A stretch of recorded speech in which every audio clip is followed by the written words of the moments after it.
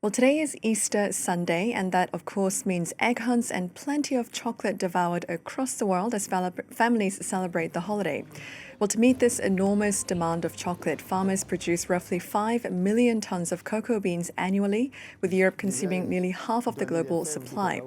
But behind this delectable treat, there's an ecological impact that comes at a cost. Earlier, we spoke to sustainability specialist Christophe Alliot for more. The main impact that people might think of is around climate change, and that is due to exactly what you see on the screen at the moment, which is cultivation of cocoa trees that has been for decades done partly on forests to have fertile soil that can be used to grow cocoa. Nowadays, the two main countries where cocoa is grown, 60% of world production, have almost only forests that are under scrutiny, under the supervision of the governments and public authorities, but also NGOs. So there might be here and there things that might happen, but mostly, I think, forest has been taken for cocoa.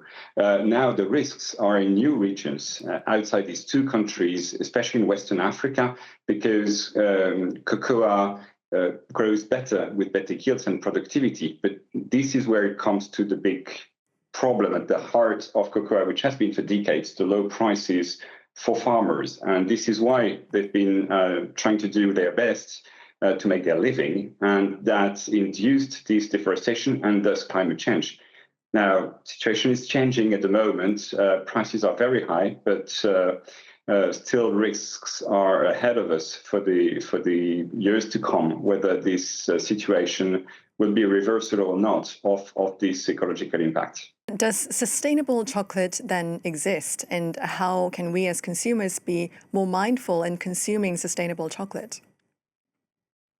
A very good question, and as usual, that is one that is often asked around Easter, because Easter with Christmas are really the two main events of chocolate consumption, especially in Europe and Northern America, but beyond these regions all over the world.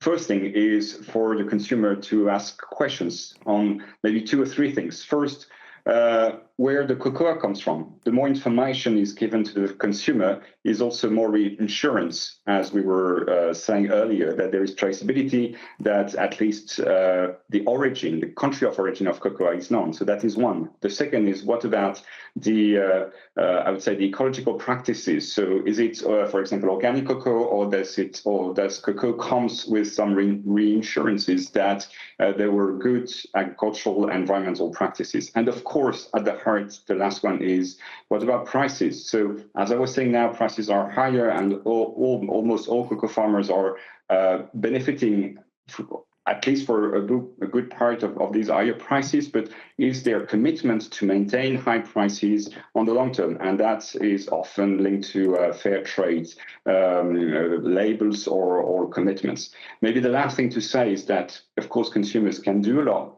but what will be game-changing and what might be able to change things for the longer term and structurally is what the governments are going to do, especially the European Union with its directives and regulation that are very important, because consumer can make a lot, but they cannot solve everything on their shoulders, and they need public authorities to take their responsibilities.